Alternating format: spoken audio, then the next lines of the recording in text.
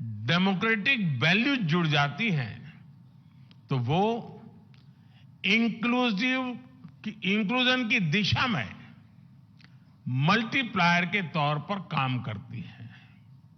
इसलिए artificial intelligence के भविष्य की दिशा भी ह्यूमन वैल्यूज पर, डेमोक्रेटिक वैल्यूज पर पूरी तरह निर्भर करेगी।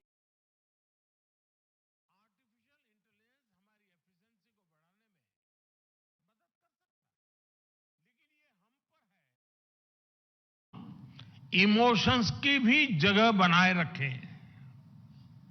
आर्टिफिशियल इंटेलिजेंस हमारी इफेक्टिवनेस को बढ़ा सकती हैं, लेकिन ये हम पर है कि हम अपने एथिक्स को भी बनाए रखें। इस दिशा में ये मंच विभिन्न देशों के बीच सहयोग बढ़ाने में मदद कर सकता है। फ्रेंड्स, किसी भी सिस्टम को सस्टेनेबल बनाने के लिए उसे ट्रांसफॉर्मेटिव, ट्रांसपेरेंट और ट्रस्टेड बनाना पड़ता है। इसमें कोई संदेह नहीं कि एआई ट्रांसफॉर्मेटिव तो है ही, लेकिन ये हम पर है कि हम इसे ज्यादा से ज्यादा ट्रांसपेरेंट बनाएं। अगर हम इस्तेमाल हो रहे डेटा और एल्गोरिदम को ट्रांसपेरेंट और फ्री फ्रॉम बायस बना सके तो एक अच्छी शुरुआत होगी। हमें दुनिया भर के लोगों को यह यकीन दिलाना होगा कि एआई उनके लाभ के लिए है, उनके भले के लिए है। हमें दुनिया के विभिन्न देशों को ये भी विश्वास दिलाना होगा कि इस टेक्नोलॉजी की विकास यात्रा में किसी को भी पीछे नहीं छोड़ा जाएगा। एआई पर ट्रस्ट तब बढ़ेगा जब एआई से जुड़े एथिकल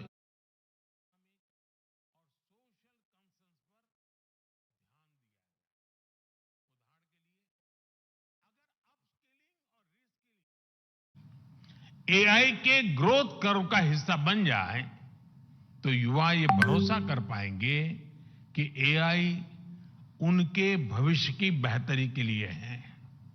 अगर डेटा की सुरक्षा पर ध्यान दिया जाए तो लोग यकीन कर पाएंगे कि एआई उनकी प्राइवेसी में दखल दिए बिना विकास को आगे बढ़ाएगा।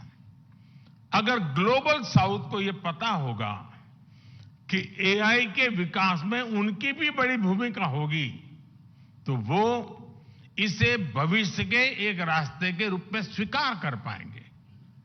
फ्रेंड्स, एआई के अनेक पॉजिटिव पहलू हैं, लेकिन इससे जुड़ी नेगेटिव बातें भी उतनी ही चिंता का विषय है।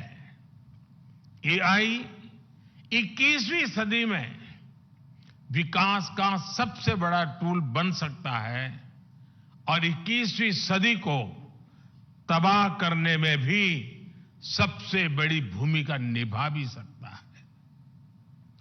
डीप फेक का चैलेंज आज पूरी दुनिया के सामने है।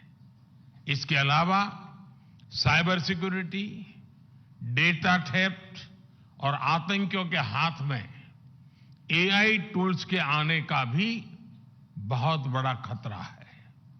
अगर आतंकी संगठनों के पास एआई लेस हथियार पहुंच जाए तो उससे ग्लोबल सिक्योरिटी पर बहुत बड़ा असर होगा। हमें इस विषय पर चर्चा करके एक ठोस प्लान तक पहुंचने की जरूरत है कि कैसे एआई के गलत इस्तेमाल को रोका जाए। इसलिए ही G20 प्रेसिडेंसी के दौरान हमने responsible, human centric AI governance का फ्रेमवर्क तैयार करने का प्रस्ताव रखा था। G20 न्यू दिल्ली डिक्लेरेशन ने एआई प्रिंसिपल्स के प्रति सभी सदस्य देशों के कमिटमेंट की पुष्टि की है। सभी सदस्यों में एआई के उपयोग से जुड़े खतरों को लेकर एक अंडरस्टैंडिंग थी। जिस तरह हमारे पास विभिन्न अंतर्राष्ट्रीय मुद्दों के लिए समझौते और प्रोटोकॉल्स है, उसी तरह हमें एआई के एथिकल यूज के लिए मिलकर ग्लोबल फ्रेमवर्क तैयार करना होगा। इसमें हाई रिस्क या फ्रंटियर एआई टूल्स की टेस्टिंग और डिप्लॉयमेंट के लिए प्रोटोकॉल भी शामिल होगा। इसके लिए कन्विक्शन, कमिटमेंट, कोऑर्डिनेशन और कोलैबोरेशन की सबसे अधिक जरूरत है। हमें मिलकर ऐसे कदम उठाने ही होंगे जिससे एआई का रिस्पॉन्सिबल यूज सुनिश्चित हो सके। आज इस समिट के माध्यम से भारत पूरे वैश्विक जगत का आह्वान करता है कि इस दिशा में हमें अब एक पल भी गंवाना नहीं है। इस साल में अब कुछ ही दिन बचे हैं, नया साल आने ही वाला है। हमें एक तय समय सीमा के भीतर ग्लोबल फ्रेमवर्क को पूरा करना ही होगा। मानवता की रक्षा के लिए ये किया जाना बहुत ही जरूरी है। फ्रेंड्स, एआई सिर्फ एक नई टेक्नोलॉजी ही नहीं है, ये एक वर्ल्ड वाइड मूवमेंट बन गई है। इसलिए हम सभी का मिलकर काम करना बहुत ही आवश्यक है। अगले 2 दिन आप सभी बहुत से विषयों पर चर्चा करेंगे। मैं तो जब भी किसी एआई एक्सपर्ट से मिलता हूं तो अपने सवाल और सुझाव रोक नहीं पाता। आज आप एक्सपर्ट से बातें करते हुए भी कई बातें मेरे मन में आ रही हैं। हमें ये सोचना होगा कि एआई जनरेटेड इंफॉर्मेशन की क्रेडिबिलिटी को कैसे बढ़ाया जा सकता है।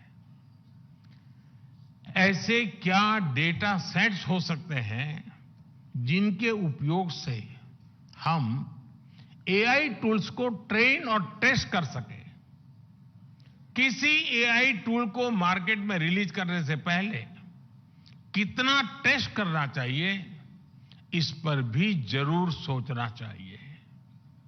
क्या हम कोई सॉफ्टवेयर वाटरमार्क इंट्रोड्यूस कर सकते हैं जो ये बताएं कि ये इंफॉर्मेशन या प्रोडक्ट एआई जनरेटेड है। इससे जो व्यक्ति एआई जनरेटेड इंफॉर्मेशन का इस्तेमाल करेगा उसे उसकी लिमिटेशंस के बारे में पता रहेगा। एक बात मैं भारत में केंद्र सरकार और राज्य सरकार के दिग्गजों से भी कहूंगा, सरकारों के पास योजनाओं से जुड़ा विभिन्न तरह का डेटा होता है। इसका उपयोग एविडेंस बेस्ड डिसीजन मेकिंग में कैसे कर सकते हैं? क्या हम ऐसे डेटा का एआई टूल को ट्रेन करने में उपयोग कर सकते हैं? क्या हम एक ऐसा ऑडिट मैकेनिज्म स्थापित कर सकते हैं जिसमें एआई टूल्स को उसकी क्षमता के आधार पर रेड, येलो या ग्रीन में कैटेगराइज किया जा सके?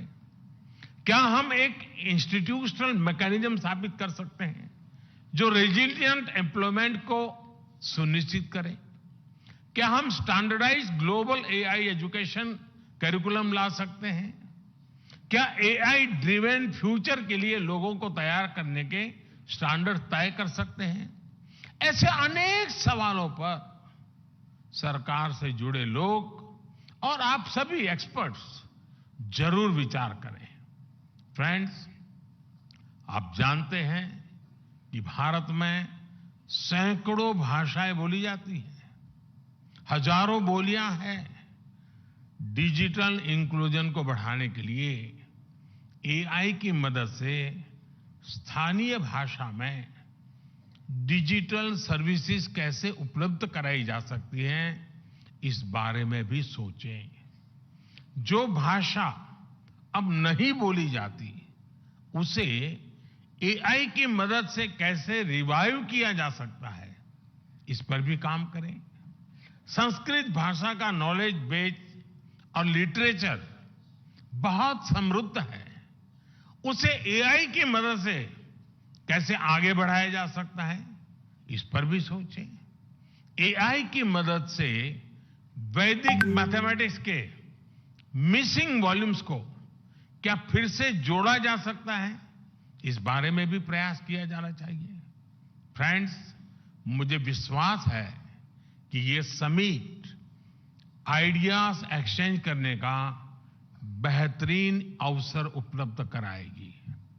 मैं चाहता हूं कि इस समिट में शामिल होने वाले हर डेलीगेट के लिए एक ग्रेट लर्निंग एक्सपीरियंस साबित हो। अगले 2 दिनों तक आप एआई के विभिन्न पहलू पर गहनता से विचार विमर्श करेंगे। मुझे आशा है कि हमारे पास स्पेसिफिक आउटकम्स होंगे। इन पर अमल करके हम एक रिस्पॉन्सिबल और सस्टेनेबल फ्यूचर के निर्माण का रास्ता जरूर सशक्त करेंगे। आप सभी को मेरी बहुत बहुत